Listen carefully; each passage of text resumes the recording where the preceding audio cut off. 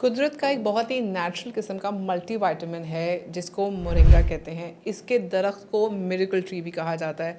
इसके इतने बेनिफिट्स हैं कि अगर हम पॉइंट्स करने बैठें तो आपको होगा कि यार सिर्फ एक मोरिंगा ही खाया जाए ताकि हमारे ऊपर इतने ज़्यादा बेनिफिट्स हैं।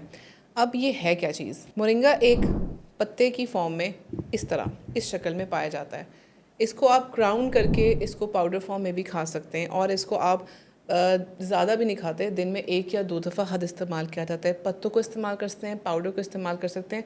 और अक्सर कुछ लोग ऐसे होते हैं जिनको ज़्यादा मल्टीविटामिन्स नहीं खा सकते या उनको दवाइयाँ खाने से मसला होता है या वो इतने हैबिचुअल नहीं होते दवाइयाँ खाने के।